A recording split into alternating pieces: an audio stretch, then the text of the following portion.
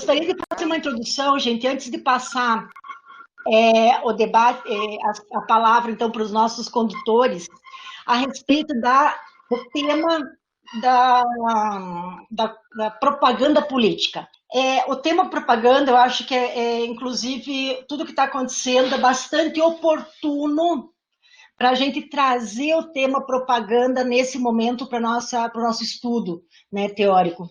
Porque muitas vezes ele se confunde com publicidade, ele se confunde com marketing, ele se confunde com outras expressões na área da comunicação e acaba se perdendo, digamos assim. E a propaganda, ela claro, o termo propagare, né? Ele é muito antigo, ele está muito ligado digamos, a como distribuir informações, como distribuir ideias. E essa distribuição dessas ideias, dessas informações, ela não está vinculada necessariamente com o meio de comunicação de massa, né, como hoje se popularizou, ou com marketing, ou com rede social digital, e coisas assim que a gente vê nos debates tão inflamados, né, com os doutores de Facebook.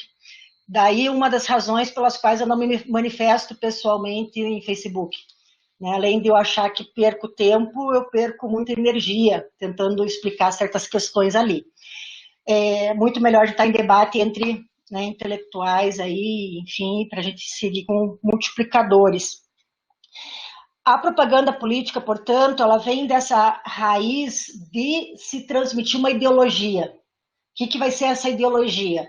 Ela é uma ideia não predominante, uma afirmação de determinados grupos.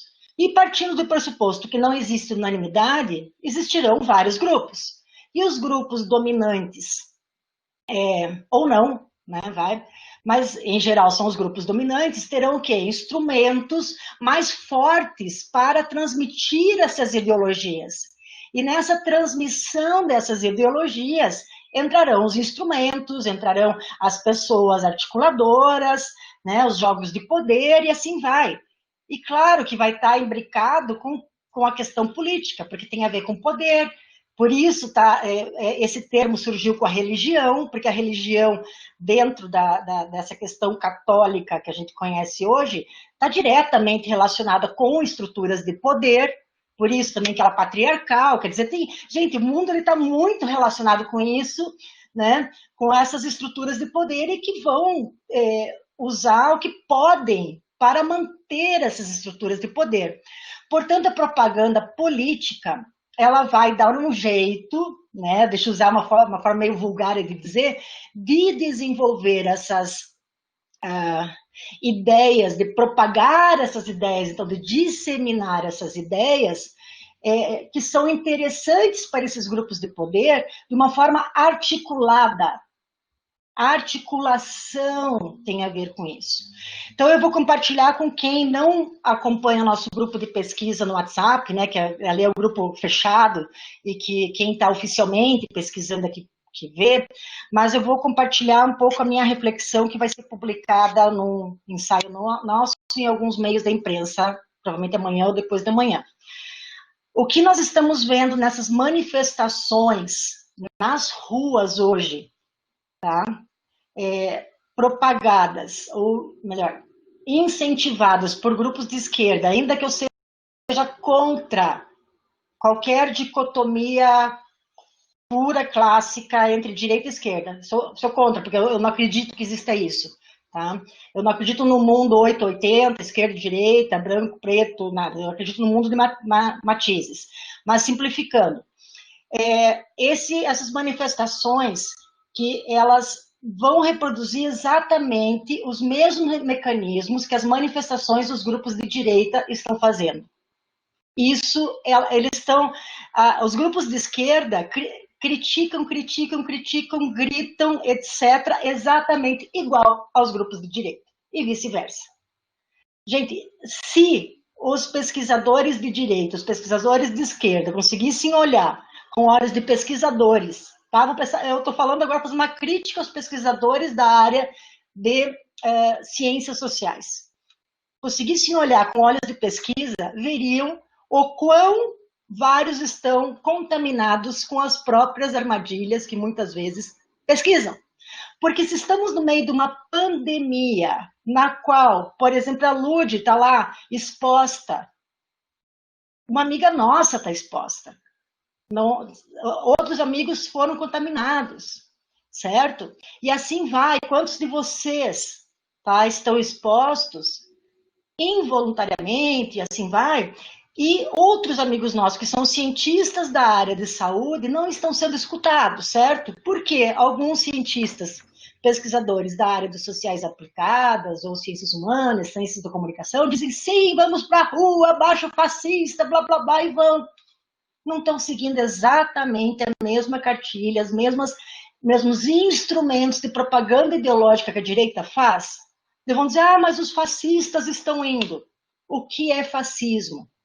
Se vocês leem a introdução do livro Como Conversar com um Fascista, da Márcia Tiburi, lá está escrito que o fascista é aquele que nega a voz do outro. Então, um pesquisador que nega que exista um outro ponto de vista é tão fascista quanto aquele outro pesquisador.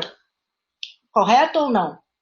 Veja que eu não estou entrando aqui com juízo de valor, dizer está certo, fazer X ou Y. Eu estou falando de propaganda política que está contaminando pontos de vista opostos com exatamente os mesmos instrumentos. Quais são?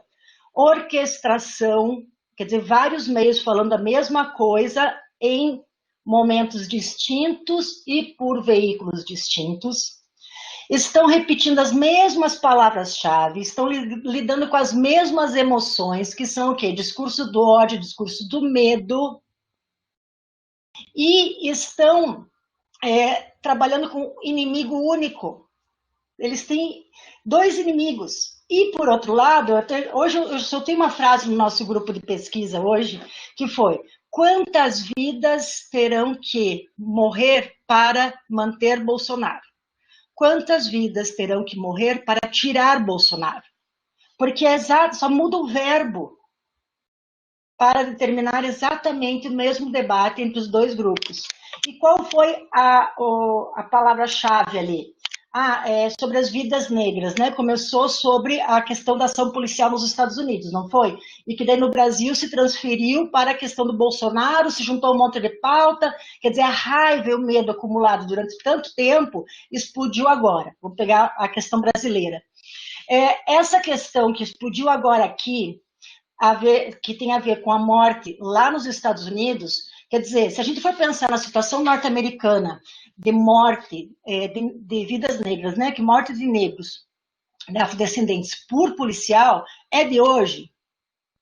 Quantos já morreram, em especial na região sul ali dos Estados Unidos, exatamente pela mesma situação? Quantas vezes nós, no Brasil, fomos às ruas com essa pauta?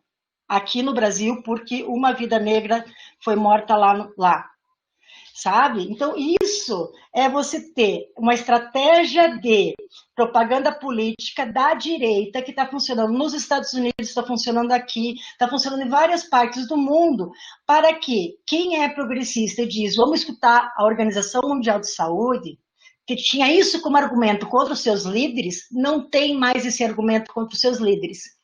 Porque que argumento você vai ter contra Bolsonaro, contra Trump, contra qualquer líder que defende, vão voltar a trabalhar, abre comércio, economia em primeiro lugar, se está todo mundo indo para a rua de mãozinha dada, às vezes com máscara ou não, sentadinho, tudo na praça, junto, numa aglomeração e transmitindo esse vírus que supostamente a gente deveria combater. Portanto, a gente está num momento atípico. Quando pesquisamos dentro de conjunturas, de contextos, de momentos políticos diferentes.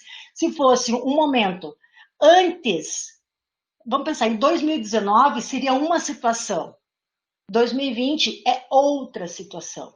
Não dá para a gente comparar hoje o mesmo, porque com as mesmas, com os mesmos critérios. Vamos para a rua tirar o Bolsonaro hoje. Não é mais o mesmo Brasil, não é mais o mesmo mundo hoje do que era em 2019, porque hoje nós temos um vírus que não se sabe como combater. certo? Portanto, a propaganda articulada, ela vai saber quais são os pontos fracos do outro, do inimigo. E a direita, como a gente já sabe, tem cacife, tem grana para pesquisar a partir do Big Data quais são as tendências desse público, vai fazer o quê? Instigar as emoções.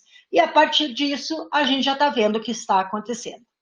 Certo? Muito bem, fiz minha análise política da situação e desculpem se eu me estendi. Eu vou passar a palavra agora para o meu colega Ari, mas sem antes apresentar oficialmente, já que eu tenho o currículo do Sérgio Traim, que vai conduzir o debate do Domenach, que na verdade tem a ver com a minha fala aqui fundamentada no Domenach. Né? Vocês que leram, que eu tenho certeza que leram o Domenach, ainda mais quem teve já aula comigo, já sabe de cor o que Domenach fala, né? Então, vamos lá. Sérgio, aliás, o pessoal que é convidado de fora, né, e quiser essa bibliografia, com o maior prazer a gente passa os PDFs para vocês, tá? Entre em contato com a gente via Facebook, ou quem tem o meu pessoal, no caso do Juliano, o João mesmo entra em contato com a gente no Facebook, a gente manda para você o PDF, a gente está super à disposição, tá? Vamos lá. O Sérgio é publicitário, ele tem pós-doutorado pela USP, ele é mestre e doutor pela PUC, lá no Rio Grande do Sul. Ele trabalhou 20 anos na Unicinos, também coordenou a área de publicidade e propaganda. Olha, gente, ele já tem experiência em mais de 40 campanhas eleitorais e de comunicação pública. Então, é um cara com esse perfil aí que concilia a parte acadêmica e a parte, né, de aplicação, né, de uma campanha eleitoral. Então, ele vai agregar com a gente no céu bastante esses dois olhares. E, atualmente, ele está coordenando cursos de pós em uma instituição ali do Rio Grande do Sul. E em breve ele vai apresentar para nós os resultados também do pós-doc dele, que é sobre propaganda de comunicação governamental, que são bem interessantes. Sérgio, então, novamente, muito obrigado por você confiar também no nosso trabalho, por estar aqui. Passo a palavra para vocês dois. Eu, às 19 horas, eu vou dar um curso, quer dizer, uma pequena fala sobre marketing eleitoral para mulheres. Então, eu vou fazer uma saída francesa, mas até às 18 horas e 58 minutos estarei aqui, quer dizer, não tanto, né, porque eu vou ter que entrar um pouquinho antes na outra sala, mas eu estarei aqui com vocês, quietinha, acompanhando o debate. Gente, muito obrigada. Traim, bem-vindo. Assim, o que eu combinei ainda agorinha com a Lu até foi, eu vou iniciar então com uma panorâmica do Chomsky, e aí depois você toca, que assim como a Lu, às 7 da noite também eu tenho outra atividade, temos um outro evento distinto, no caso da Luciana, que é o Infodeliveries, o projeto que a gente está tocando aí pelo Departamento de Comunicação. Mas eu quero expressar a minha felicidade em que você esteja aqui no grupo, meu chapa. Grande amigo, Sérgio Traim. Ari, grande amigo também, né? Grande parceria, né? Vamos lá. Muitos congressos e deixamos por aqui, né? E muitos inepes e outras coisas inefáveis. Mas eu quero retomar, assim, é incrível porque desde domingo o grupo do WhatsApp que a gente tem está pegando fogo por conta das manifestações, as formas da gente encarar essas manifestações, etc. Aí depois eu conversei com a Lu também em particular, e assim, é muito engraçado, porque assim, a gente vai trocando as informações, as percepções, que é um somatório de percepção científica e percepção também factual. E aí, assim, é muito legal a gente perceber como a gente precisa parar, respirar, entender a questão da construção do discurso emocional. O Domenach, nesse sentido, é fundamental, porque mostra como algumas coisas funcionam, como impactam. A Lu me pegou, estava puto da vida, perdão a palavra, estava bastante indignado com o contexto, etc. E aí, conversando com ela, eu consegui me situar um pouquinho melhor, tentando um afastamento, né, na medida do possível, óbvio, mas eu acho que hoje está consolidando bastante alguns conceitos que eu tenho estudado, né, que ela já começou a tocar, E, assim, eu vou ler alguns trechos aqui, gente, que são coisas simples. Eu tenho, assim, 6 slides aqui. Eu vou fazer oralmente, depois eu disponibilizo, tá? Então, em termos de Zeitgeist, o espírito do tempo, pegando Chomsky, né, Quem Manda no Mundo, que é o livro base que eu passei já fichado, mas acho que a Vivian disponibilizou ele na íntegra, né? Muito bom. Nos Estados Unidos, pesquisadores renomados forneceram evidências contundentes de que, aspas, elites econômicas e grupos organizados, representantes de interesses comerciais, causam substanciais impactos independentes sobre as políticas governamentais dos Estados Unidos, ao passo que cidadãos comuns e grupos de interesse de massas exercem pouca ou nenhuma influência independente. Jogando um dado para assim, a gente começar a entender essa contextualização. A Oxfam, em 2015, ela indicou que a riqueza acumulada por 1% mais rico da população mundial, que são aproximadamente 70 milhões de pessoas, equivalia à riqueza dos 99% restantes, que são aproximadamente 6 bilhões e 930 milhões. Pegando uma definição um pouquinho mais drástica, mais dramática ainda, para a gente se sentir impactado. As 67 pessoas mais ricas do mundo têm o equivalente em dinheiro dos 3,5 bilhões de pessoas mais pobres do mundo. 67 pessoas têm a mesma quantidade de dinheiro que a metade da população do planeta. Aí esse dado eu peguei ainda agora. O fundador da Microsoft, Bill Gates, acaba de reconquistar o título de pessoa mais rica do mundo, que pertencia a Jeff Bezos, criador da Amazon. Em 16 de novembro, último sábado, Gates atingiu a valorização de 110 bilhões, Bezos ficou na segunda posição com 109 bilhões. Na verdade, agora, por conta da pandemia, desse boom da Amazon, o Bezos voltou à liderança. Existe uma projeção de que ele pode ser o primeiro trilionário do planeta até 2040. Um estudo da consultoria PricewaterhouseCoopers Brasil, a PwC, aponta que o mercado das 100 maiores empresas globais em 2019, o valor de mercado das 100 maiores empresas globais em 2019 é de 21 trilhões. Então, para a gente ter uma comparação, o PIB dos Estados Unidos é de 20 trilhões, PIB da China, 13 trilhões, o PIB do Brasil, 1,8 trilhões, e o Brasil é a 7ª maior economia. Referencialmente, dos 193 países das Nações Unidas, 161 têm menos recursos que as 2.000 principais empresas do mundo. E aí a gente começa a perceber como é muito importante a gente entender a atuação dessa comunicação orquestrada que a Luciana estava comentando ainda agora, que é nesse universo que a propaganda é construída. Então a gente tem aqui, por exemplo, no Brasil, uma situação que é de conhecimento geral aqui, provavelmente. Tem o grupo das 200 empresas, chamada Brasil 200, que é formado por algumas lideranças empresariais conservadoras que apoiaram Bolsonaro. Algumas dessas lideranças empresariais estão assim sendo acusadas agora na CPI da fake news de ter financiado disparos de WhatsApp, pelo menos disparos de WhatsApp, né, na época das eleições, o que é proibido pela legislação. O nosso amigo Mário Message, que também é pesquisador do grupo, que está lá na África do Sul, ele escreveu um texto que ele conseguia definir isso como se fosse uma espécie de caixa 3. Então, você não tem mais o caixa 2 que financia a campanha, você tem o caixa 3, que é o empresário, ele vai diretamente, ele põe o dinheiro dele diretamente na ação, não precisa mais passar pelo partido. Então, a gente vai verificando como essa construção da política, ela se dá muito por pressão também empresarial. Aí, vamos fazer um cruzamento entre interesses corporativos e interesses nacionais. Pegando um conceito que eu gosto bastante, que é a marca-nação. Se a gente pega os Estados Unidos em termos de hard power, né, que é a utilização do poderio bélico, econômico, etc. Então, pegando desde o século passado, Primeira Guerra Mundial, desde a Primeira Guerra Mundial, os norte-americanos se colocam como os defensores da democracia, da liberdade, da livre iniciativa. Tem um trabalho de uma ex-aluna da graduação em publicidade, que ela fez um estudo sobre o Capitão América. O Capitão América foi um personagem criado pela indústria de propaganda dos Estados Unidos, com projeção depois cinematográfica também, quadrinhos, etc., para levantar a imagem de marca dos combatentes norte-americanos no front. Então, vocês defendem a democracia, beleza.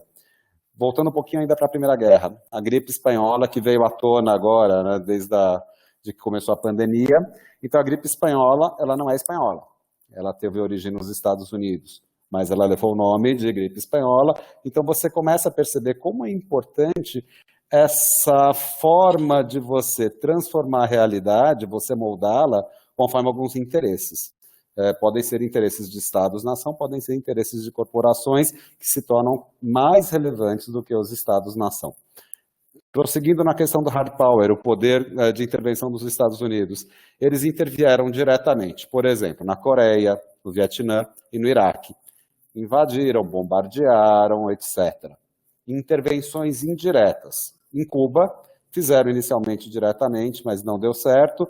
Boicote que já dura mais de 50 anos.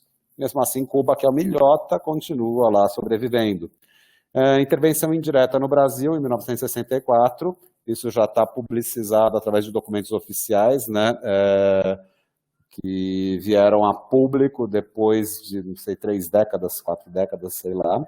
E agora a intervenção na Venezuela, também boicote a Venezuela. Ao mesmo tempo, os Estados Unidos fazem muita pressão em organismos multilaterais, como Organização Mundial do Comércio, Organização Mundial da Saúde, Organização das Nações Unidas, Organização dos Estados Americanos, além de ter uma influência bastante significativa, se não preponderante, no funcionamento do FMI, no funcionamento do Banco Mundial, que são os principais organismos multilaterais de financiamento de variados Estados-nação. Então, se você quer acesso a um desses organismos, você tem que se submeter às diretrizes impostas por esses organismos, que, coincidentemente, elas remetem ao Acordo de Bretton Woods, Consenso de Washington. E essa palavra Consenso de Washington, ela não está aí meio que de graça. É algo que tem uma penetração no capitalismo ocidental, que foi imposto pelos Estados Unidos no pós-Segunda Guerra. Então, você tem conceitos como livre mercado, diminuição do Estado na economia, e etc. Algumas premissas que não necessariamente são seguidas pelo G7, mas que elas são impostas ao resto do planeta. Retomando a questão da marca-nação, só que agora no soft power.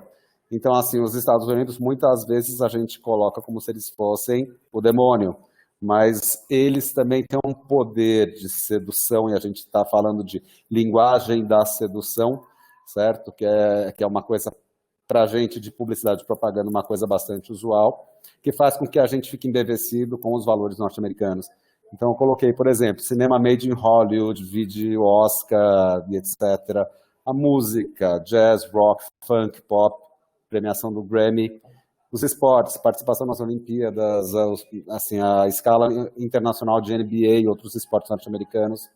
A quantidade de prêmios internacionais, como eles têm, Nobel, Pulitzer, tem a questão da Ivy League, que são as principais universidades dos Estados Unidos, que são tidas como as principais universidades também do planeta, junto com universidades inglesas, o que simplesmente reforça esse conceito de tem que estar em inglês.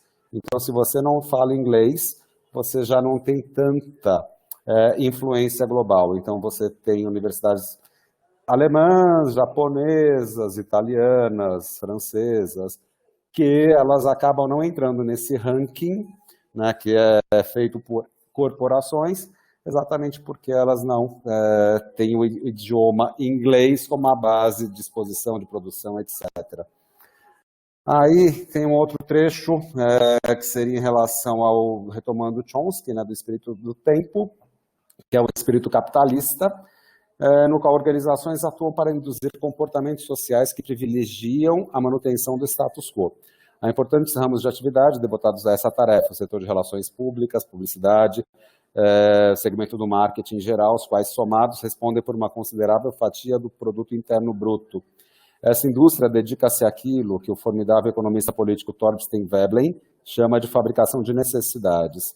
Nas palavras dos próprios líderes empresariais e homens de negócios, a tarefa consiste em manipular as pessoas, direcionando-as para as coisas superficiais da vida, como consumo do que está na moda.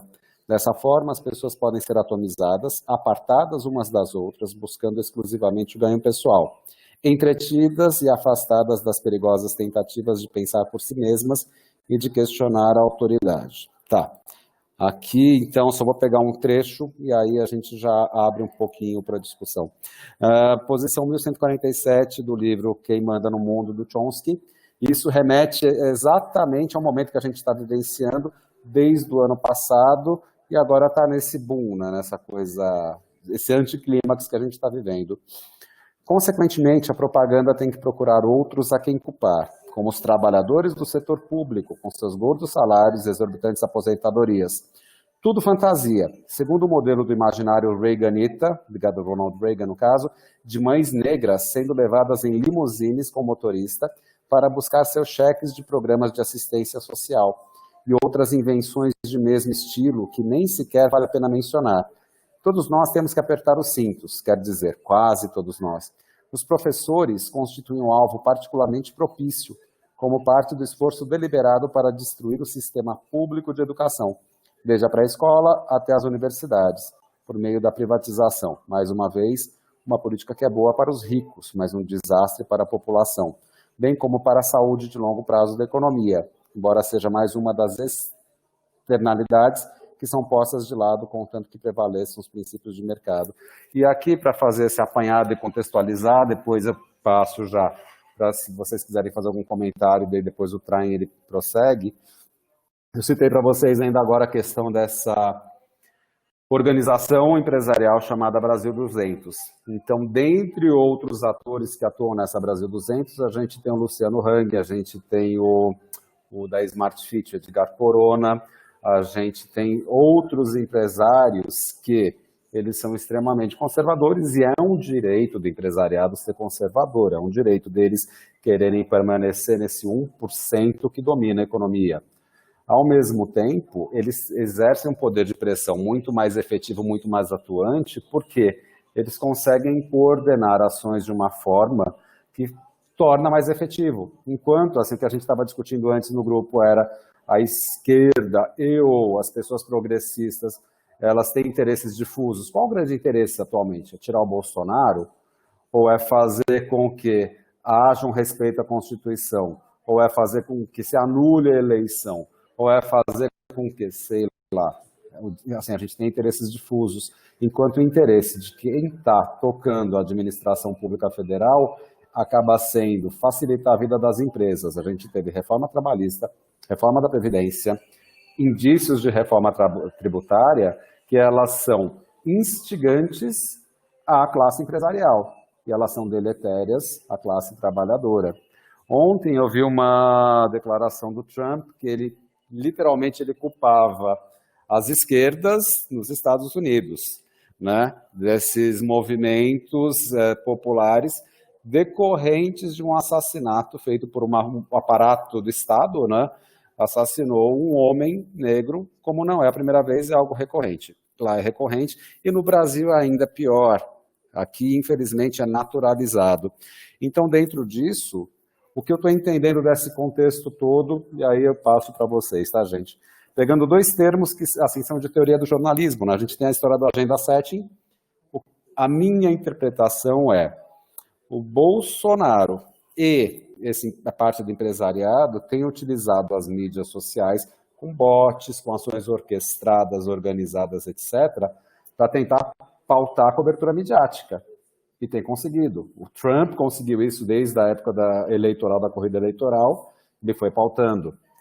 Ao mesmo tempo que isso estava dando muito resultado, agora, como há um choque de interesses, a imprensa está assim, valorizando aquele conceito de gatekeeper.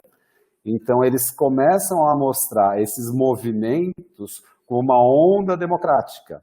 Começam a mostrar as ações do Bolsonaro como estímulo a desrespeito fascista, nazista, etc. Então, a gente tem essa questão de discurso emocional, simplificações que fazem com que a gente se emocione, seja impactado, mas é muito importante a gente parar a refletir o grande interesse que tem por trás, em última instância, se a gente pega interesse econômico.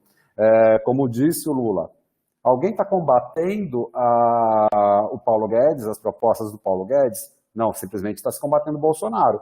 Se você tirar o Bolsonaro, vai ficar o Mourão. Se não ficar o Mourão, vai ficar alguém que represente essa elite brasileira que tende a privilegiar as políticas neoliberais, porque está sob interesse, sob influência do grande capital internacional. Daí a gente percebe que, puxa, há os movimentos anti-globalização que atacam essa dependência. Sim, e assim eles são tidos como a direita. E aí acho que fecha muito bem com o que a Luciana estava colocando. A direita e a esquerda muitas vezes se confundem, né? Então agora a esquerda que sempre foi nacionalista, agora a esquerda se torna globalizante. A direita que era nacionalista, quer dizer, que era globalizante, agora se tornou bastante mais nacionalista. Então a gente tem esses fluxos, né? E isso merece ser discutido de uma forma realmente mais desapaixonada. Traem, passo para você. Eu acho que a gente pode deixar, não sei se alguém quer fazer um comentário, né, ali sobre o teu texto, o teu texto, não, o teu texto que tu acabou de apresentar, né, ou a gente já pode emendar com o Domenac também algumas questões, né. Olha, só tem aqui alguns comentários que estão sendo feitos. Então, o Jefferson estava no trabalho do Capitão América, né, legal, nem lembrava disso, Jefferson, meu Deus. O Matheus, ao mesmo tempo que as potências financeiras superam o poderio dos estados e dos governantes, temos presenciado uma série de empresários ascendendo ao poder político, que é mais uma forma de exercer a influência corporativa na coisa pública. Aurélio, os políticos antes faziam lobby para eles, agora eles fazem isso diretamente. O Matheus, hoje o Carlos Wizard, que é o CEO da escola de inglês, além de controlar o KFC e o Pizza Hut, foi nomeado secretário de insumos estratégicos do Ministério da Saúde, verdade. João, quando o Bolsonaro fala algo não politicamente correto ou de desrespeito à Constituição de 88, isso é para pautar a mídia brasileira e esconder ações do governo? Tá. Aí, no caso, João, dessa tua pergunta, ele tem usado a estratégia de criar fatos, né? Aquela coisa dos pseudo-acontecimentos ou pseudo-eventos. E desde a época da eleição isso sempre foi bastante efetivo. Então você tinha, no começo da campanha dele, poucas pessoas que o recebiam nos aeroportos. Mas quando você tem a cobertura daquela situação, parecia uma massa efusiva. A mesma coisa acontece hoje em algumas das manifestações. Uns 2 meses atrás, eu estava passando pelo centro cívico e teve uma carreata. Já estava no comecinho ainda da pandemia. E essa carreata estava fazendo muito estardalhaço, etc., mas você tinha carros em fila única, fila indiana, por uma quadra. Isso, em termos representativos, é irrisório. Ao mesmo tempo, em termos de ação mercadológica, que a gente fala que é uma ação de guerrilha, que depois tende a ser reverberada nas mídias sociais e etc., aí você já consegue gerar um impacto visual, você tem um efeito vitrine, que faz com que as pessoas imaginem que aquilo é um movimento de grande amplitude. Então, assim como ele vai pautando, quando ele manda jornalista calar a boca, ou quando ele fala de foder a família, etc., aquelas coisas, aquele linguajar todo chulo, e o problema não é o linguajar, o problema são vários conceitos que estão por trás daquele linguajar, e tem uma coluna da Eliana Brum no El País que ela coloca realmente a ascensão do homem simples ao poder. E daí eu acho que já dá uma baita ponte, Trai, a questão do homem simples para tocar com o Domenech.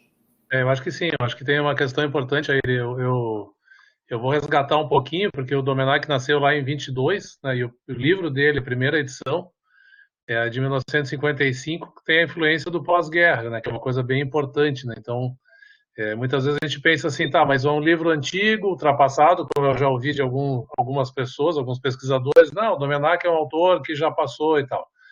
Mas ele tem, eu acho que é uma coisa que é importante de colocar,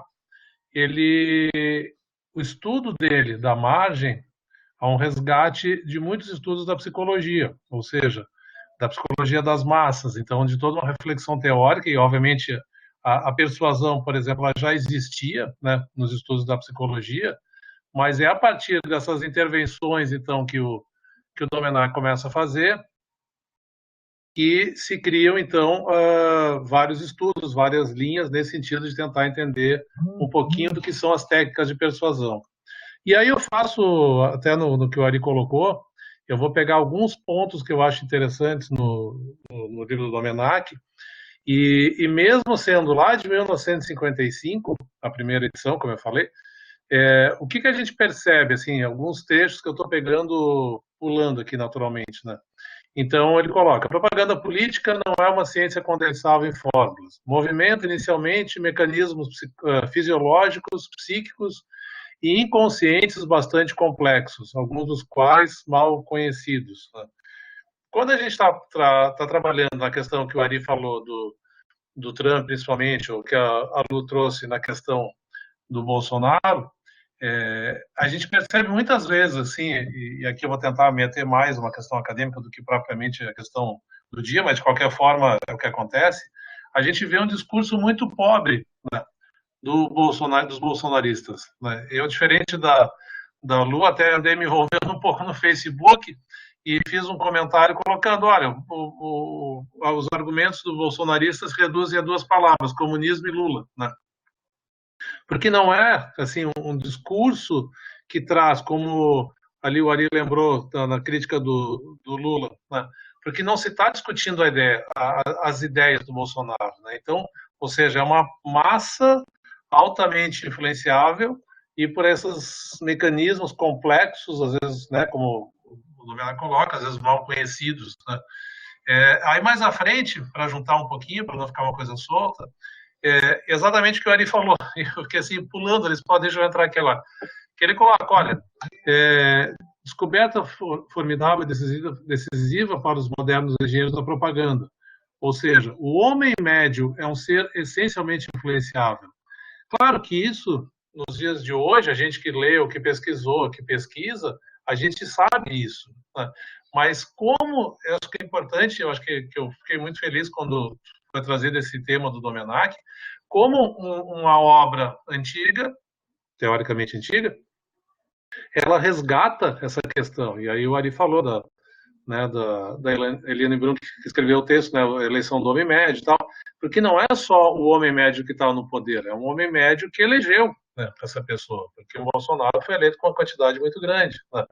Seguindo, né, que a gente começa a ver nesse reflexo, é quase como se fosse o Domenech uma espécie de a cartilha do governo atual. Então, mais à frente, ele coloca: a marcha sobre Versalhes, as manifestações de massa contra as assembleias, o cadafalso nas praças públicas, as críticas violentas, ou seja, é um inimigo, que depois até vou falar mais à frente, né? Esse inimigo público, essa espetacularização, né, que a gente vê muito nessas marchas com carros, e muitas vezes não é uma coisa tão forte assim. E o que é interessante, ali, eu acho, de trazer para a nossa discussão, é como o Domenech já traz a questão da mitologia. Ele vai falar o mito, ele vai discutir o mito, né? Então, ou seja, quem é esse mito? Como ele coloca, propõe o nome de mito a essas idealizações. Tais mitos que tocam no mais profundo do inconsciente humano constituem representações ideais e racionais ligadas à luta, exercem sobre as massas poderosa influência dinamogênica e coesiva. Ou seja, é interessante de perceber, né, essas questões. É como o Matheus coloca: o inimigo agora é o STF, né? E eu não sei se vocês ontem assistiram, eu estava discutindo hoje de tarde até coloquei no nosso grupo, mas discuti com a Lu e o Aris, alinhando algumas questões. Se vocês assistiram ontem, perdão, o Papo de Segunda no GNT, e foi discutida essa questão, né, dessa necessidade de ter alguém que esteja ali, que não deixa alguém ser o único, né? Não deixa o presidente tomar conta do país, né? Trazendo mais à frente, né, para também trazer a nossa discussão, a palavra de ordem leva-nos ao aspecto combativo e construtivo dessa propaganda. Então, o Domenech coloca um escopo unitário para as massas, entre aspas, que ele coloca: todo poder aos sovietes, terra e paz, pão, paz e liberdade, por um governo de ampla união democrática. Ou seja, a gente não está falando de um slogan, de um tema de campanha, de um tema de um governo, de uma comunicação governamental. São coisas, parece que assim, muito... exatamente isso, é uma coisa muito mitológica, é uma coisa assim, quase uma coisa hercúlea que está sendo colocado, uma coisa assim muito exagerado, um processo, né, interessante aqui. Também mais à frente, outro tanto de buzinaços que fazem salivar todo um povo. é isso que eu digo, assim, parece que isso não foi escrito em 55, isso parece que foi escrito em 2020, né? Fruto do que a gente está vivendo, né? Então, eu acho que essa discussão ela é bem importante porque a gente está trazendo aqui. E só para mais ou menos eu poder encaminhar aqui, né? Outra parte que eu coloco aqui, né? Então, estimulado, o instinto de luta pode manifestar-se de duas maneiras antagônicas. Uma, negativa ou passiva, exteriorizada pelo medo e pelas atitudes de depressão, de inibição, e outra positiva, que conduz à exaltação, ao estado de excitação e agressividade. De novo, né, uma coisa muito próxima. E aí tem, então, ali, como exatamente até o Matheus colocou, né, e a Lu tinha falado no início, na lei lá de simplificação e do inimigo único, porque agora é o STF, né, mas se a gente pegar há 2 meses, no início da pandemia, era a mídia, né, não que a mídia deixou de ser, né, mas sempre tem esse foco, assim, essa coisa meio maluca, né,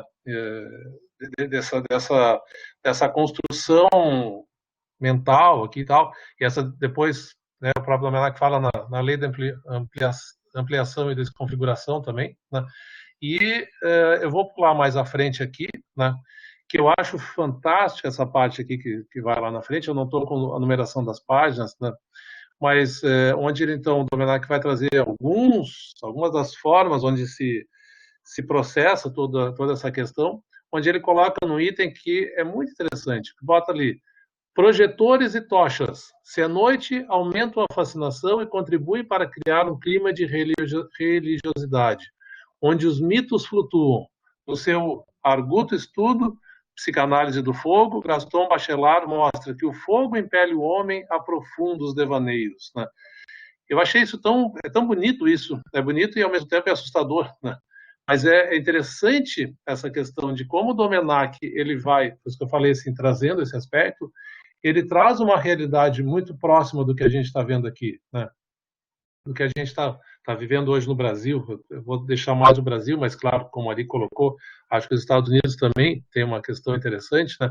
E aqui até a Silvia coloca o acampamento da Sarah Winter, né? É um troço incrível. Eu não sei se vocês viram uma foto da câmera lá do STF, que os 300 tinham menos de 30 pessoas, né?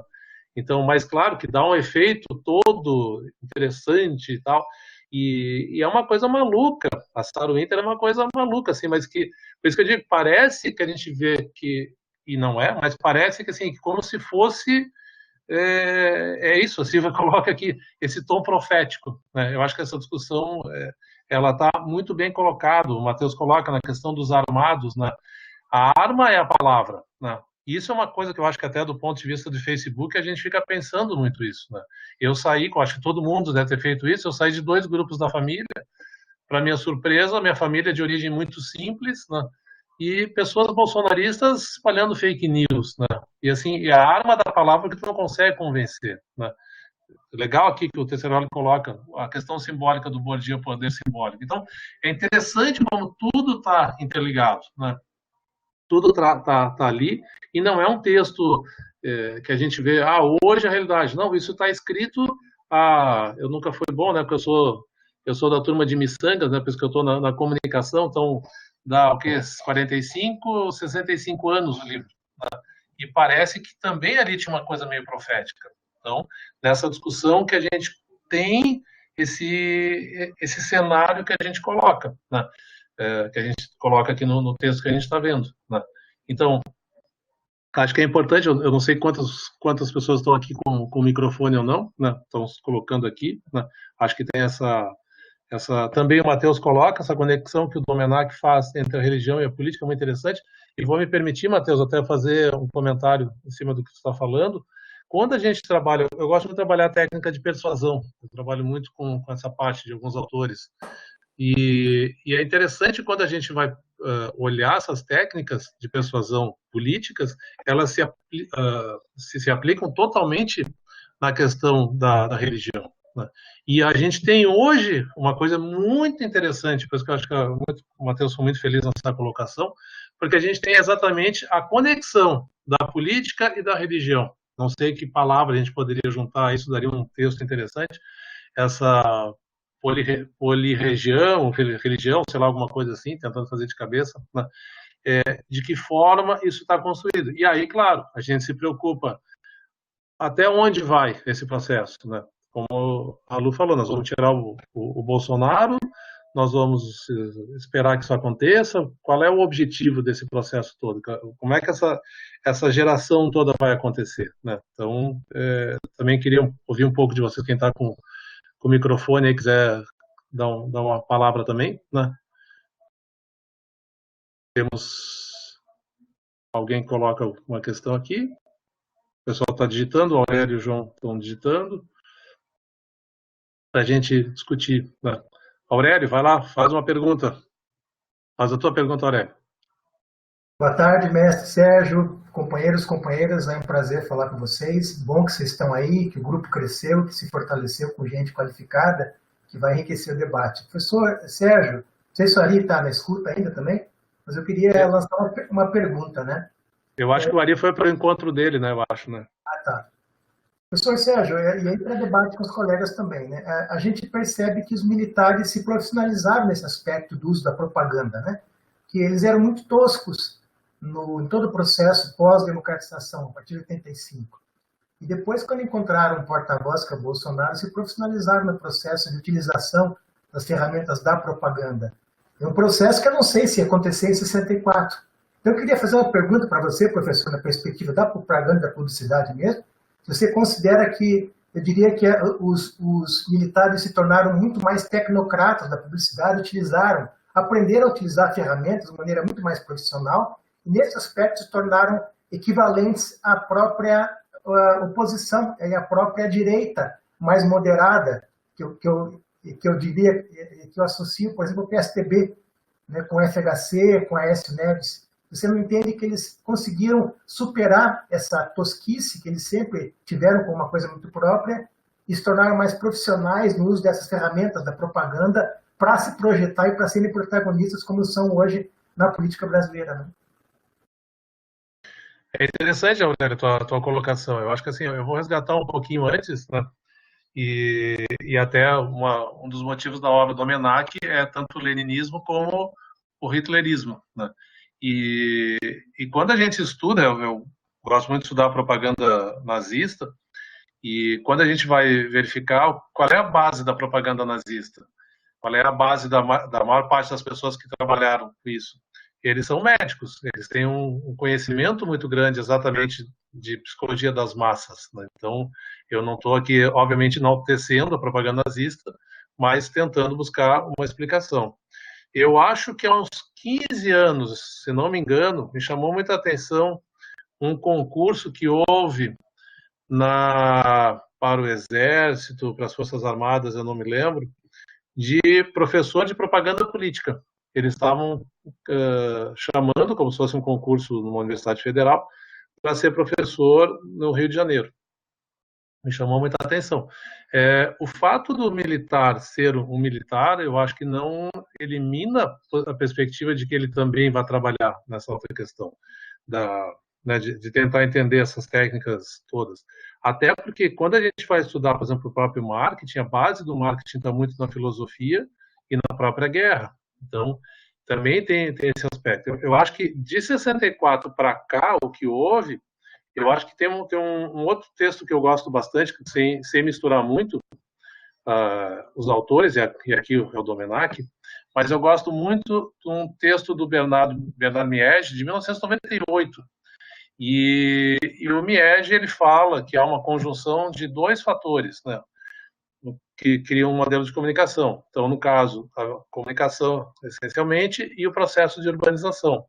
A partir dessa conjunção, o Miege entende que, então, a gente tem 4 modelos de comunicação, que o primeiro foi, isso até está também no próprio Domenech, né, que o primeiro foi a imprensa de opinião, especialmente de oposição aos governos. O segundo modelo vem através da expansão da imprensa, de caráter mais comercial. Depois, o terceiro, dos meios audiovisuais. E, por fim, que ele coloca o quarto e mais atual, mas isso quando ele escreve em 1998, que é o modelo da ação, comunicação política, de uma comunicação generalizada que permite fluxos de toda a ordem. Hoje a gente vê muito isso especificamente na internet, nas redes sociais. Eu acho que no Brasil, o fenômeno de 1964, a partir dali, fez com que os militares fossem entender um pouco mais o processo da mídia, né, e fosse pegar de alguma forma. O que o Bolsonaro, de uma forma muito tosca, talvez ele tenha, para usar um termo bem chulo, ele tem uma cara de pau de fazer algumas questões, né? Então, assim, ele meio vai falando o que ele quer e tal, mas eu acho que, acima de tudo, o modelo tosco dele tem uma questão que cria um certo poder de comunhão nas pessoas que apoiam ele. Isso é o mais importante, né? Eu acho que quando a gente pega o caso do PSDB, por exemplo, eu não sei a tua opinião, eu particularmente sou bastante crítico, não ao partido em si, mas a comunicação, né, pegando por esse aspecto, claro, o partido também, mas enfim, a comunicação, porque eu, quando trabalhei até tive a oportunidade de trabalhar na Duda Mendonça, e até sempre brincava que boa parte dos meus ex-chefes estavam aí em Curitiba, né, presos ou passaram por aí. E o Duda Mendonça sempre falava uma questão importante, que era assim, o que Maria leva nisso? Ou seja, é aquela comunicação que, eu sempre dou um exemplo, assim, uma comunicação de uma empresa de energia elétrica, que vai dizer assim, olha, nós investimos X milhões na construção de não sei quantas subestações que vão gerar watts, volts, não sei o quê. A gente não entende. Para entender essa comunicação, ou eu tenho que chamar um eletricista ou um amigo engenheiro para me explicar, né? Então, Duda Mendonça, o que ele dizia? O que Maria leva nisso? E quando a gente vai pegar a comunicação do Lula, é exatamente nesse sentido, ou seja, uma coisa muito mais, é o povo entendendo, é a Dona Maria que acontece isso, o seu João que não sei das quantas. O Bolsonaro, com essa técnica tosca dele, de alguma forma faz sentido para o pessoal dele, né? De alguma forma toca por razões que não são concretas, não são objetivas e não são racionais, né? Porque eu acho que também tem muito isso, quer dizer, eu acho que ele pega uma esteira que não é a partir dele, né, que é a partir de algumas questões que vêm antes, né, já da questão dos governos petistas, né, e cria todo um processo de oposição. Pegando aqui, tentando pegar um pouco, vocês colocam aqui, né, os conservadores profissionalizaram a comunicação através do Big Data, segmentação e tal. Sim, é isso, né? Talvez até, como acho que o Ari que foi quem falou, né, com essa questão do dinheiro, de, bom, vamos entender, eu ano passado, até no Compolítica em Brasília, que a gente estava lá no Congresso no GT, foi apresentado um trabalho muito interessante sobre as fake news e quanto tinha sido investido na campanha eleitoral pelo governo Bolsonaro, que é um modelo diferente. Porque eu vou pegar uma outra questão que eu acho assim, que é bem meio teoria da conspiração, né? Eu me lembro que numa palestra que eu fiz a um partido, que eu não me lembro qual foi agora, aqui no Rio Grande do Sul, surgiu uma pergunta. O que eu achava do Bolsa Família? Se era um programa de ação social ou era uma ação de propaganda? E eu disse, olha, para problematizar, para tornar mais complexo a questão. Eu digo, a pessoa, para receber o Bolsa Família, em grande parte, ela tem, o governo tem o nome da pessoa, tem o telefone da pessoa e o endereço da pessoa. E eu disse, quem é que garante que todo domingo o governo federal, então, do governo petista, não manda uma mensagem para essas pessoas? Tá? Todo mundo ficou meio de cabelo em pé, assim, mas isso acontece? Não sei se acontece, mas deveria acontecer. Né? Isso é ético? É moral? Não sei. Né? O que acontece hoje não, evidentemente, nesse nível, né? Mas através de fake news, então, como a gente está vendo, de uma desqualificação desse inimigo único ali que a gente viu, que é, como vocês colocaram, que é o STF, que é a mídia, que é tal, né? Então, de alguma forma, essa comunicação, que eu acho que não é nem dos militares, né? Eu acho que é uma comunicação meio de guerra, vou pegar o termo ali, a estratégia comunicativa populista. Né? Eu não sei se é um método inspirado na propaganda política, eu confesso um pouco isso. Porque quando a gente pega um texto que nem do Almanac, parece que é isso, parece que eles, seguiram por aqui. Né? Mas eu acho que é muito mais, né, fruto de um certo casuísmo e, principalmente, né, eu sempre digo isso, a cada ação corresponde uma reação. Eu acho que é muito muito baseado exatamente nessa reação de uma fatia política, né, raivosa, e que vai se deparar e que acha que tem que trabalhar contra o PT, porque é uma coisa maluca, assim, porque, como eu falei antes, assim, qual é o argumento de bolsonarista? Agora ainda não é tanto, mas é Venezuela, é Lula, é comunismo, então fica muito mais nesse sentido que se cria quase que um escudo contra tudo isso, e nós somos meio invencíveis, temos um mito que vai nos defender, né? E como o Ari falou antes, a questão ali do Capitão América, né? Só que, claro, dentro dos Estados Unidos, e não é só o Capitão América nasceu na guerra, né? Nasceu na Segunda Guerra Mundial, ou seja, todos os heróis americanos, quase todos são vermelho, azul e branco, né? A gente não tem um herói brasileiro, né? E que no momento, por uma determinada faixa política, né, está sendo desempenhado pelo mito, né, que é uma coisa maluca, né, você chamar um presidente de mito, sendo que o que tem de mito até agora, né? Então não sei se eu consegui responder, Aurélio, sem a tua colocação ali, né? Sim, mestre, obrigado, viu? Eu quero deixar espaço para o pessoal perguntar mais, então vou ficar por aqui. Já falei demais, obrigado, um abraço. Não, tranquilo.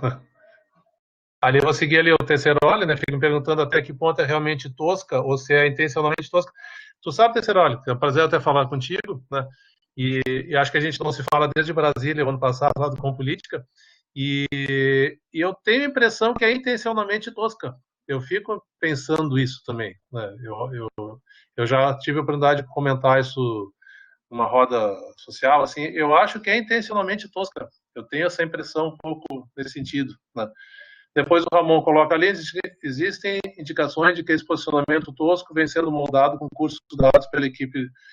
É exatamente isso, né? É mais duro. O duro é que essas instituições são caixas pretas. Nunca se sabe o que elas fazem. Então, né? O Matheus também coloca, acho que para entender é preciso diferenciar o indivíduo Bolsonaro da equipe que está por trás orquestrando suas campanhas. Então, né? Aqui eu acho que tem uma questão interessante, né? Porque a gente teve aqui no Rio Grande do Sul, não sei se vocês conhecem, a governadora Ieda Cruz, que foi deputada, e ela abominou a equipe de comunicação. Ninguém parava com ela, porque ela dizia que não ia seguir a ordem de ninguém e que ela tinha que falar o que ela achava que tinha que falar, né? Diferente de outros tantos, né? Então, assim, eu sei de algumas pessoas que trabalharam com a Dilma que também diziam que era bem difícil trabalhar, né? E eu fico pensando, assim, dessa equipe que está por trás, né? Quem será essa equipe que está orquestrando, né? Porque isso a gente também não está vendo hoje, a gente viu muito pouco no início do governo, o Pátria Amada, porque nem isso a gente está vendo, né? Uma comunicação pública, né? E nessas discussões que eu falei para vocês que eu tive no Facebook, uma pessoa me contra-argumentou com os dados do governo em relação a Covid-19, né, ao coronavírus, as ações e tal. E nesse site, eu olhei hoje, continua, a última ação que foi feita foi pelo governo federal, foi no dia 16 de abril, né? Ou seja, nós já estamos em junho, já vai fazer mais de 40 dias, né, que o governo não tem uma ação concreta e também não sabe se comunicar, né? O Matheus também coloca ali, Bolsonaro está mais para Mussolini do que para Hitler, em termos de intelectualidade e carisma, é tosco, mas é bem assessorado, né? Eu acho que principalmente pelos empresários, né? Tesseroli também colocou, como perguntou, qual o papel de se viver nas ações de Bolsonaro, né? Então, né, eu acho que tem um papel. Como é que eu vou te explicar, né? Eu acho que tem um papel. Desculpe. Eu acho que tem um papel aí importante nessa questão toda. Não peguei água aqui, desculpe. Né? Eu acho que tem um papel importante, porque o Bolsonaro, por exemplo, né, ele não tem a figura do marqueteiro, né? Ele é diferente assim do que aconteceu com Duda Mendonça, com João Santana, né? Ele não seguiu, né, essa parte toda. Ao princípio, no início, eu acho que o Bolsonaro se espelhou exatamente muito na propaganda, nas campanhas, nas ações do Trump, né? Mas eu acho que isso, pouco a pouco, foi meio se perdendo, né? Porque também eu acho que tem um papel muito importante dos filhos aí, por trás desse processo. Eu até digo que acho que os filhos do Bolsonaro são piores do que o Bolsonaro, são mais nefastos que o Bolsonaro, né? As coisas meio se colocam ali, né? Porque o que a gente vê, por exemplo, vamos tentar imaginar, eu gosto sempre de fazer esses exercícios, né? Vamos tentar imaginar que nós fomos contratados, nós aqui, 20 e poucas pessoas, fazemos parte de uma equipe e fomos contratados, então, seja qual for o partido, qual o candidato, para fazer uma ação de contra-propaganda ao Bolsonaro. Na realidade, tem vários problemas, evidentemente, né? Mas a gente não tem uma ação, como até o Domenech coloca ali, nessas ações de contra-propaganda, ou seja, se tenta ridicularizar o adversário, se tenta trabalhar, pegar alguns aspectos, né? Mas onde é que a gente vai desmontar a propaganda bolsonarista, né? Como é que ela se constitui? Como é que a gente pegaria essa propaganda? Como é que a gente montaria para pegar esses pontos frágeis? Isso que eu acho mais interessante, porque ela não está montada exatamente em cima de uma estratégia, como eu falei antes, que seja assim, uma estratégia mais, não objetiva, me falta o termo agora, mas ela é meio, assim, as coisas vão acontecendo, é uma coisa muito da cabeça dele, é uma coisa muito mítica. Eu acho que muito mais ele se colocou numa função que ele ocupa, muito mais pelos seus seguidores, do que propriamente ter sido uma coisa intencional, né? Então, como a Silvia coloca, né, ali é intuitivo, o Aurélio colocou, isso é outra questão. Quando a gente vai trabalhar numa campanha eleitoral, por exemplo, né, acho que a Silvia trouxe muito bem esse aspecto, porque quando a gente vai trabalhar numa campanha que seja brigada, né, que tem acusação, a gente procura nunca colocar o candidato, nosso candidato, falando, fazendo denúncias. A gente cria sempre a figura de um locutor em off, cria um personagem, né?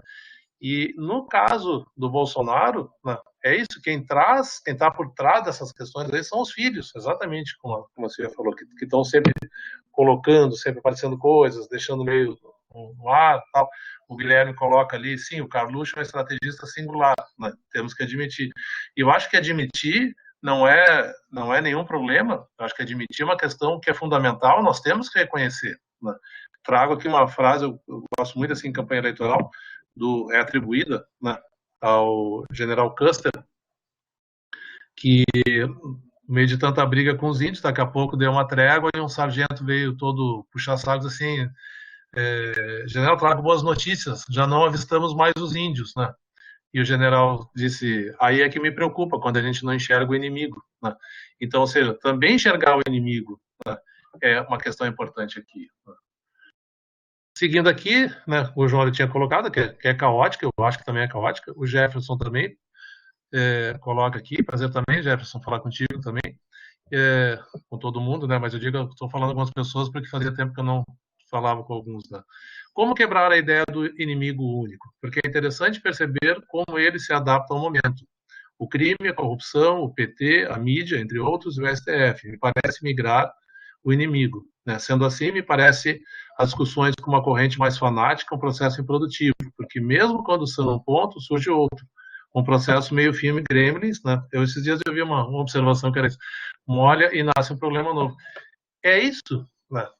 Quando a gente coloca ali, que então foi quem colocou, o João Batista, né, colocou do caótico, é isso, né? Porque eu tenho essa impressão também, né? Porque isso sim, isso foge, no caso, né, ao texto do Domenech e como técnica de persuasão.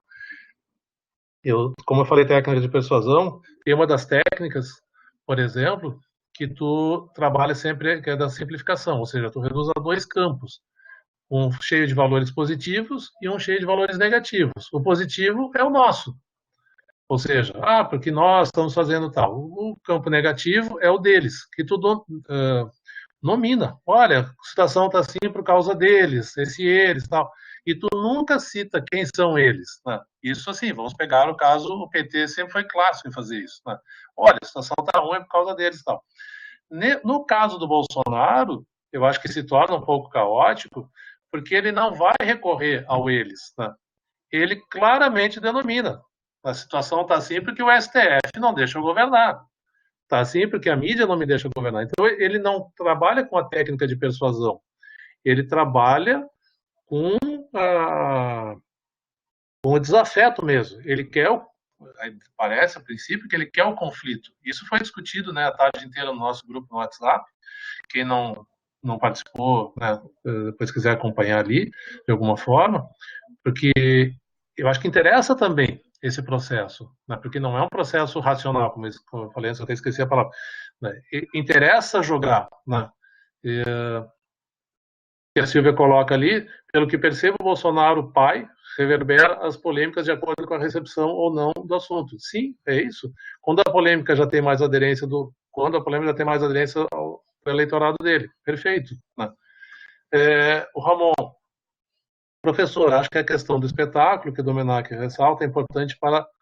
Opa, pulou aqui, desculpe, ressalta é importante para entender a dinâmica bolsonarista. Toda semana tem um ato novo nesse teatro nefasto. Perfeito, Ramon. Eu acho que a estratégia bolsonarista é essa. Né? É a questão do espetáculo. Né? É sempre trabalhar, e esses inimigos, né, eles são mutantes. Né? Opa, aqui pulou um pouquinho aqui, deixa eu acompanhar. Né? Eles são bastante mutantes. Né? Tem um outro autor, acho que você deve conhecer, né, que é o Schwarzenberg, que vai trabalhar nessa questão do estado espetáculo. Né? Porque a gente começa a ver, por exemplo, quase que um bobo da corte também, né? A figura do bobo da corte que não está contemplado lá no Schwarzenberg. Né? E, por vezes, o Bolsonaro parece ser um pouco o bobo da corte e que de bobo não tem nada. Né? Comentário do Jefferson, legal. O Ricardo, né? Confesso que me preocupa essa visão de nós contra eles. Esse é um discurso que fortalece a visão fascista de mundo e o mito dos conspiradores contra eles. Concordo, Ricardo. Eu acho que até a Lu falou isso no início, né, da nossa conversa. Né? Porque nessa guerra, nessa disputa, nessa queda de braço, não leva a nada, né? Porque olha quantos argumentos nós já tivemos racionais, novamente para usar o termo, e que parece não surtir efeito, né? Porque não entra na cabeça das pessoas. Vou recorrer de novo a uma questão da campanha do Lula, e eu estava na Duda Mendonça nesse momento. Qual foi a visão, por exemplo, ali de uma não desconstrução, mas de uma construção? O Duda Mendonça disse, olha, o PT sempre teve 30%. Sempre vai estar no segundo turno. Né? E por isso que eu, particularmente, sou contra, eu me manifestei essa semana, contra a campanha só os 70%. Né? Não que eu seja contra ser 70%, não é isso, me entenda, por favor. Né? Mas como propaganda eu não acho bom, porque o governador social, o PT sempre tem 30%. Está no segundo turno, mas não vai ganhar a eleição, porque tem 30%. Qual foi a estratégia? Né? E quem é mais antigo, assim, quem é mesozoico que nem eu, vai lembrar, os mais novos talvez não lembrem. Os primeiros comerciais da propaganda petista, do Lula, eram mostrando situações de miséria, aquela coisa toda que todo mundo sempre mostra e tal, e entrava um locutor e dizia, olha, se você se comoveu com essa cena, no fundo, você é um pouco PT, né? Porque era um raciocínio, ou seja, de tu buscar mais 10, 12, 15% para fazer com que ele ganhasse a eleição. Né? Para a gente tentar tirar esses 30% do Bolsonaro, para que ele não vá para o segundo turno e tal, os discursos, né, e os argumentos racionais, eles não estão adiantando. Né? Porque olha que a gente já teve de argumento aqui. Porque se consolidou, isso eu acho mais importante e preocupante. Porque com base no texto do Domenech, se consolidou uma figura mítica, mitológica, do mito. Né? É uma coisa que é muito forte isso. Né? Então, só para pegar ali quem é que tinha colocado ali, agora, né, o Guilherme colocou, né, em relação, no caso, ao Carluxo, mas assim, eu acho que também é reconhecer esse aspecto, que a gente fica muitas vezes assim, Mas como, não sei o quê, né? Mas é uma questão que está consolidada, né? Novamente, o Guilherme coloca ali, é uma propaganda antissistema na base. A questão é que ele coloca da ONU até os quilombolas como sistema, do PT ao STF, da Globo ao comunismo, enfim, mas ele mesmo, com tradições, como Hitler fazia, segundo o Menac, insurge as massas contra as elites. É perfeito. Essa é a síntese, uma boa síntese do que a gente viu no livro, né? Matheus, né? Aqui, vamos lá. Né? Professor, deixando um pouquinho o Bolsonaro de lado, uma das relações que o autor faz é entre povos latinos e países subdesenvolvidos e a suscetibilidade para a propaganda política manipuladora. Latinos teria a ver com a emoção acentuada e subdesenvolvimento com o baixo nível de instrução da população e condições sociais precárias, gerando um estado de inquietação e sensação de injustiça. Meu questionamento é no sentido, se essas questões podem explicar, em parte, a ascensão de movimentos nacionalistas e autoritários no Brasil e em alguns países do mundo, enquanto democracias como as escandinavas, inclusive, considerados como povos mais frios nacionais, apresentam maior estabilidade. Aqui eu acho que é uma questão complexa, Matheus, né? Tem até um pouco a ver com, eu acho que aqui tem muito a ver com a ciência política aqui, né? Que eu não vou aí me meter tanto nessa parte, né? Mas eu acho que tem um crescimento muito forte. Interessante buscar isso, porque o que dá a entender, e que um pouco assim, a América Latina teve esse viés mais de esquerda, a impressão que dá é que o discurso não teve aderência com a população, por alguma razão, né? E não saberia dizer por que, assim, exatamente, né? E que ficou uma situação muito mais suscetível, né, no caso de influência, a esses fatores. Isso eu acho muito interessante, né? Porque, claro, a gente vê pessoas, no caso, tu tá colocando, deixando do lado do Bolsonaro e tal, mas a gente vai pegar muito no exemplo, né? Eu acho que, assim, o mundo nunca teve tão exposto como está agora, né? A gente vendo, olha, está acontecendo isso aqui, está acontecendo ali e tal, né? E eu acho que a América Latina ela passa por um processo muito forte, né, de mudanças históricas, de mudanças conceituais, de mudanças, claro, no plano econômico, social também, né? E esse crescimento desses movimentos nacionalistas, né, e em outros países, tal, não saberia te dizer assim o quanto isso tem uma base concreto ou não, né? Mas de alguma forma essas pessoas elas têm, seja pela força, seja pela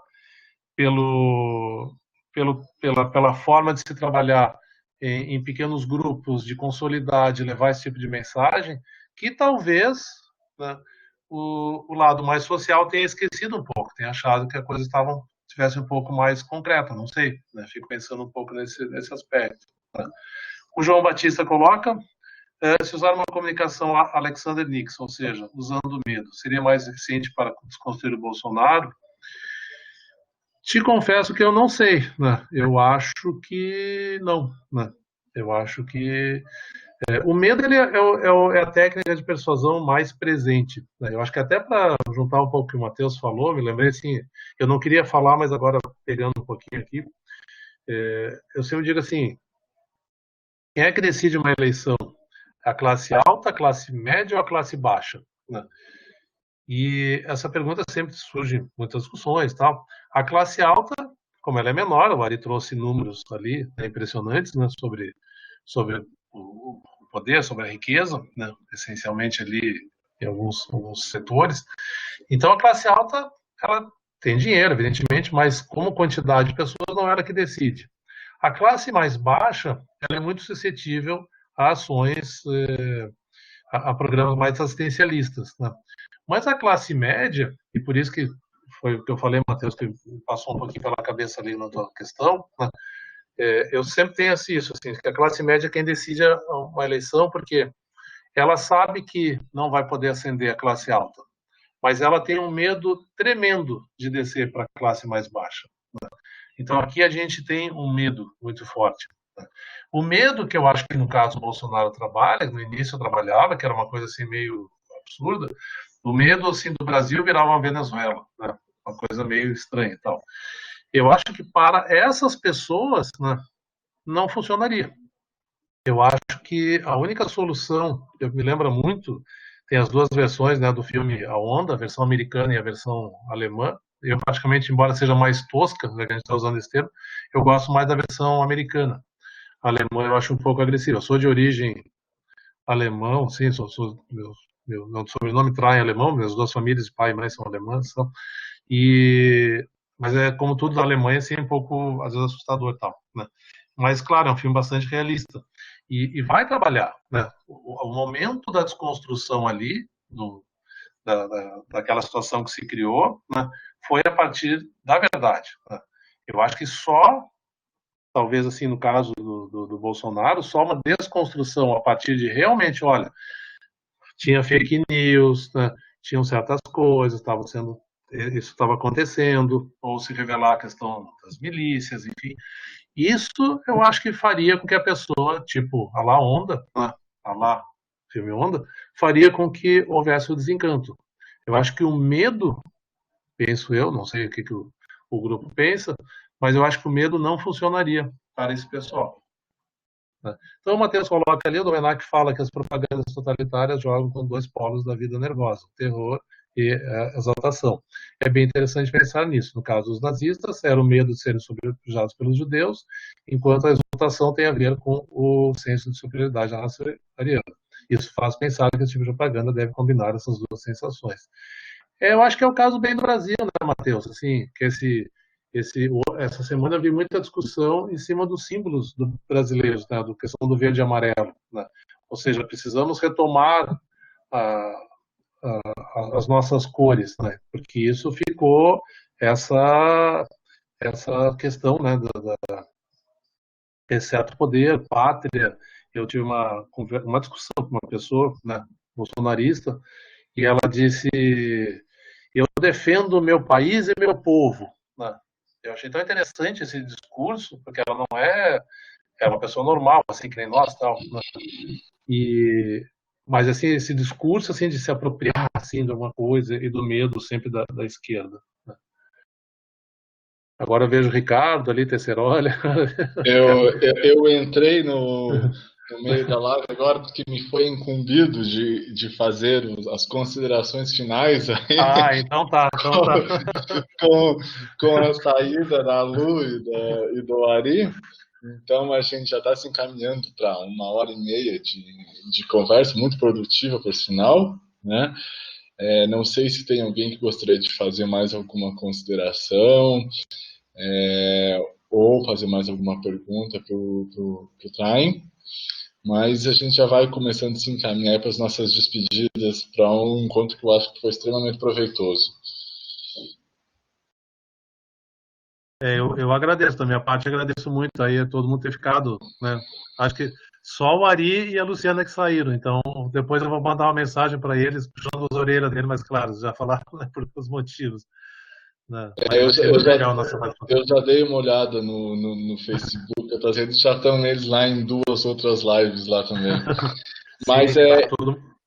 eu queria colocar uma situação que, assim, é mais uma dica mesmo, de que quem não leu o livro, realmente leia, né? Ele é um livro extremamente bom de ler, é uma leitura fácil e a gente consegue identificar N coisas ali no livro que podem ser vistas, né, hoje, embora o livro tenha sido escrito em 1950, logo depois do final da Primeira Guerra, né?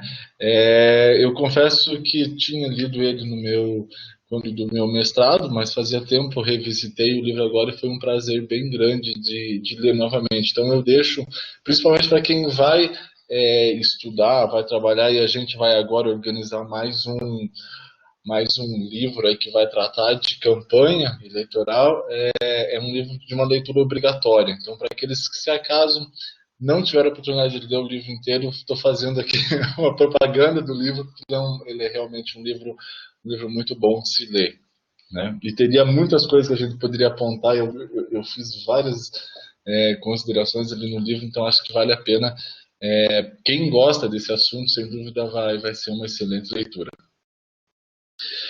Mas queria, então, agradecer, você por nos brindar aí com a tua fala, com a tua explicação, por fazer esse jogo que eu vi que foi muito bem feito, de trazer essas questões que são questões teóricas dos livros e abordar com a realidade. Acho que foi muito produtivo. Agradecer todos os nossos colegas do grupo de pesquisa, agradecer aos nossos convidados que estão de fora, que vieram prestigiar o nosso estudo. Sabe que os nossos estudos são abertos e vai ser um prazer em tê-los aqui novamente, né? E só dizer que, pelo menos, assim, a gente está longe, mas as lives e essa conversa ajudam a gente a aquecer e também a manter o nosso cérebro nativo, pensando um pouco todas essas questões complexas que envolvem o mundo hoje, né? Então, obrigado para todo mundo, obrigado mais uma vez. Te deixo com as considerações finais aí e um abraço para todos. Abraço e todo mundo fica em casa. Então é isso, gente. Até a próxima, foi ótimo. Nos vemos na sequência aí nos próximos estudos.